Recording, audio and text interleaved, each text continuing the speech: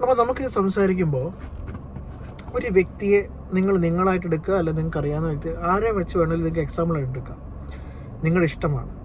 എന്നിട്ട് ഞാൻ ഈ പറയുന്ന ആസ്പെക്റ്റിൽ അവരുടെ ലൈഫിനെ നിങ്ങളൊന്ന് കാണാൻ ശ്രമിക്കണം. ഓക്കെ, ഒരു ആൺകുട്ടി,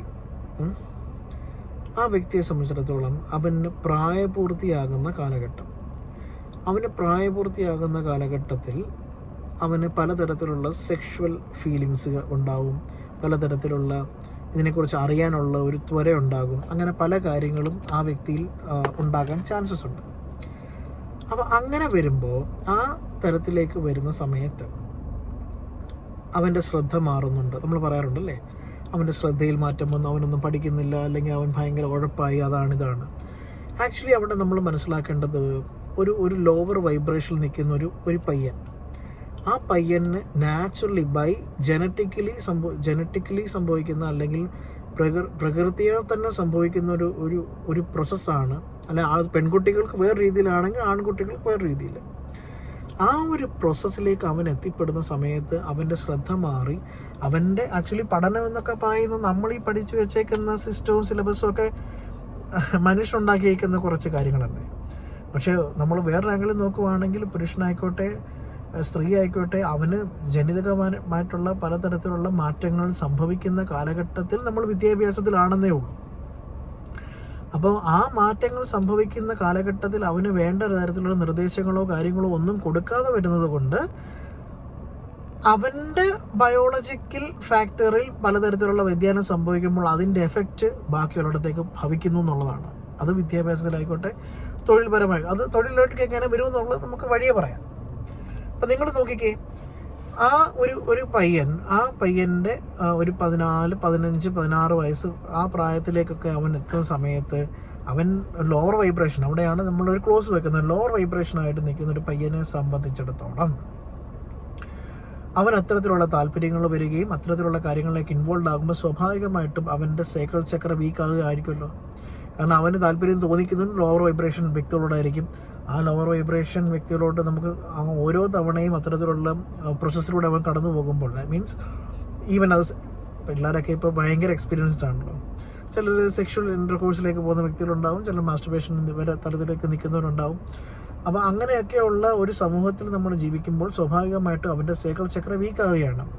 അപ്പോൾ സൈക്കിൾ ചക്ര വീക്കാകുന്നതിൻ്റെ ഭാഗമായിട്ട് അവനിൽ സംഭവിക്കുന്ന അവൻ്റെ മറ്റ് മക്കൾ, ഒരമ്മയുടെ മറ്റ് മക്കൾ എന്ന് പറയുന്നത് എന്താണ്? അതായത് അവൻ്റെ വിദ്യാഭ്യാസത്തെ ബാധിക്കുന്നു. ശരിയാണോ? അവൻ്റെ വിദ്യാഭ്യാസത്തെ ബാധിക്കുന്നതിൻ്റെ കൂട്ടത്തിൽ അവൻ്റെ എഡ്യൂക്കേഷണൽ തലത്തിലുള്ള ഇഷ്യൂസ് അവന് സംഭവിക്കുന്നു. അതിന് ഡെപ്ത് കൂടുന്ന വ്യക്തിക്ക് അവൻ പഠിക്കുന്നത് ചിലപ്പോൾ അവന് കംപ്ലീറ്റ് ചെയ്യാൻ പറ്റിയെന്ന് വരത്തില്ല. അപ്പോൾ എഡ്യൂക്കേഷൻ ഡ്രോപ്പ് ഔട്ട് ആകാം പോസിബിലിറ്റീസ് ഉണ്ട്. ആ സമയത്ത് സ്വാഭാവികമായിട്ടും ജോലിയിൽ പ്രശ്നം ഉണ്ടാകും, ജോലി കിട്ടാനുള്ള പ്രശ്നങ്ങളുണ്ടാകും, ജോലി ലഭിക്കാതിരിക്കാനുള്ള പോസിബിലിറ്റീസ് ഉണ്ടാകും. ഞാനീ പറയുന്ന ഒരു പെർസ്പെക്റ്റീവാണ്. ഇത് പല ആംഗിൾ ഓരോ വ്യക്തിക്കനുസരിച്ച് മാറ്റം കൊണ്ടു. പക്ഷെ ഞാൻ ഈ പറയുന്ന പെർസ്പെക്റ്റീവിൽ നിങ്ങളൊന്ന് ആലോചിച്ചിട്ട് നിങ്ങളുടെ ലൈഫായിട്ട് തട്ടിച്ചു നോക്കിയാൽ മതി. അപ്പോൾ ജോലിയിൽ പ്രശ്നങ്ങളുണ്ടാകും, അവന് ജോലി കിട്ടാതിരിക്കാനുള്ള സാഹചര്യങ്ങളുണ്ടാകും. ജോലി കിട്ടാതിരിക്കുന്ന സ്വാഭാവികമായിട്ടും പണം എന്ന് പറയുന്ന ഒരു കാര്യം ലഭിക്കാതെ വരും. ആ പണത്തിലൂടെ മാത്രമേ അസറ്റ് എന്ന് പറയുന്ന ധനത്തിലേക്ക് അവന് പോകാൻ പറ്റത്തുള്ളൂ. അത് ബ്ലോക്കേജ് ഉണ്ടാകും.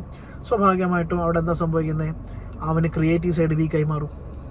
അതായത് ഒരൊറ്റ സംഗതി ഒരു സർക്കിളായിട്ട് കണക്ക് കൂട്ടിക്കുകയും ആ സർക്കിളിൽ നിന്ന് ഈ പറയുന്ന ആ ഓരോ പോയിന്റിലേക്ക് ഇത് കൃത്യമായിട്ട് എന്ത് ചെയ്യാൻ പറ്റും? നമുക്ക് വരച്ച് നോക്കിയാൽ ആ ഒരൊറ്റ എനർജിയിലുണ്ടാകുന്ന ഇമ്പാക്റ്റ് കൊണ്ട് അവൻ്റെ എൻറ്റയർ ലൈഫിനെ വേണമെങ്കിലും അവൻ നശിച്ചു പോകാനുള്ള സാഹചര്യമല്ലേ ക്രിയേറ്റ് അയക്കുന്നത്. വൈ? ബിക്കോസ് കൂടെ നിന്ന് ചതിക്കുകയാണ് സൈക്കിൾ ചക്ര, സ്വാധിഷ്ഠാന ചക്ര. ഇപ്പോൾ റൂട്ട് ചക്ര വീക്കാണെങ്കിൽ നമുക്ക് ഒരു പരിധി വരെയൊക്കെ നമുക്കത് മനസ്സിലാക്കാൻ പറ്റും. നമുക്ക് പ്രശ്നങ്ങളും കാര്യങ്ങളൊക്കെ വരുമ്പോൾ ഫിയർ ഉണ്ടാകും. അങ്ങനെ പലതരത്തിൽ കാര്യങ്ങൾ വെച്ചിട്ട് നമുക്ക് എന്ത് ചെയ്യാൻ പറ്റും? നമ്മുടെ റൂട്ട് ചക്ര വീക്ക് നമുക്ക് ഐഡൻറ്റിഫൈ ചെയ്യാൻ പറ്റും.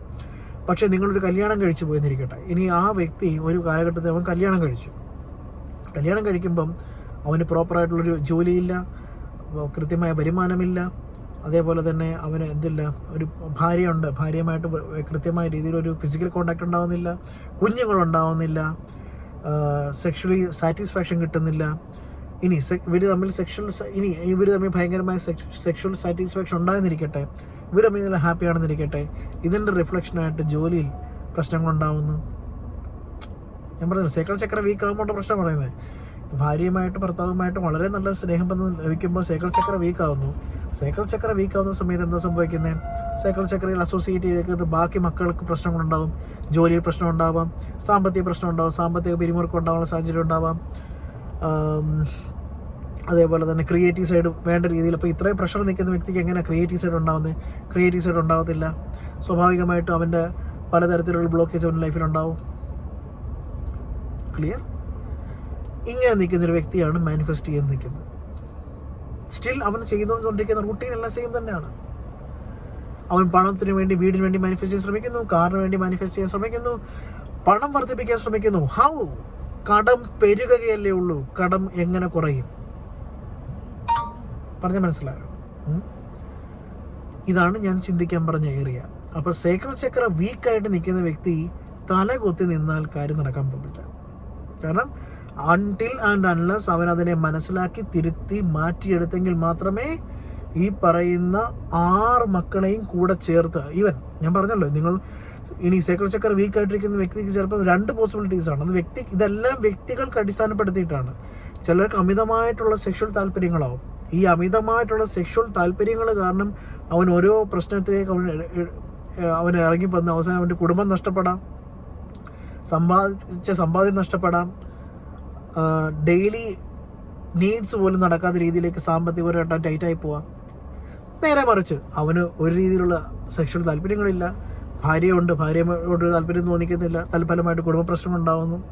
അപ്പോൾ ചക്ര വീക്ക് ബ്ലോക്ക് ആയതുകൊണ്ട് തന്നെ ജോലി കിട്ടാനുള്ള പോസിബിലിറ്റി ഇല്ല, ജോലിക്കുള്ള ഓപ്പർച്യൂണിറ്റീസ് ഉണ്ട്, പക്ഷേ ജോലിയിൽ നിന്ന് വരുമാനം ഉണ്ടാകത്തില്ല, പല രീതിയിലുള്ള പ്രശ്നങ്ങളുണ്ടാകും. അപ്പോൾ ജോലിയിൽ നിന്ന് വരുമാനം കിട്ടാത്തതുകൊണ്ടാണ് ധനം എന്ന് പറയുന്ന ഇൻവെസ്റ്റ്മെൻറ്റ് ഏരിയസോ കാര്യങ്ങളോ ഒന്നും സംഭവിക്കാൻ പോകുന്നില്ല. അപ്പോൾ അവിടെ കാരണം ദൈനംദിനമായിട്ടുള്ള കാര്യങ്ങൾ നടന്നിട്ട് വേണമല്ലോ സാധാരണ ആൾക്കാരുടെ കയ്യിൽ ചിന്തിച്ച് കഴിഞ്ഞാൽ ഇൻവെസ്റ്റ് ചെയ്യാൻ.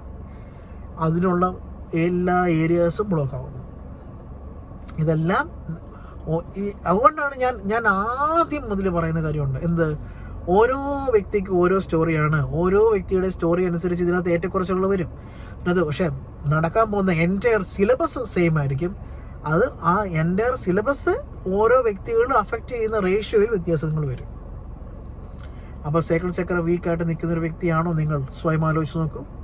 സൈക്കിൾ ചക്ര വീക്കായ വ്യക്തിയാണ് നിങ്ങളെങ്കിൽ ഞാൻ ഈ പറയുന്ന എല്ലാ ഫാക്ടേഴ്സും നിങ്ങളെ സ്വാധീനിക്കും. അത് എങ്ങനെ സ്വാധീനിക്കും എന്നുള്ളത് നിങ്ങളുടെ പാറ്റേൺ ഓഫ് ലൈഫും നിങ്ങളുടെ കർമ്മ അനുസരിച്ചിരിക്കും. പക്ഷേ ഞാൻ ഈ പറഞ്ഞേക്കുന്ന 6 ഘടകങ്ങൾ സ്വാധീനിക്കും എന്നുള്ളതാണ് അതിൻ്റെ ഇമ്പോർട്ടൻ്റ് ആയ ഘടകം എന്ന് പറയുന്നത്. അപ്പോൾ നിങ്ങളൊന്ന് ആലോചിച്ച് നോക്കിക്കേ.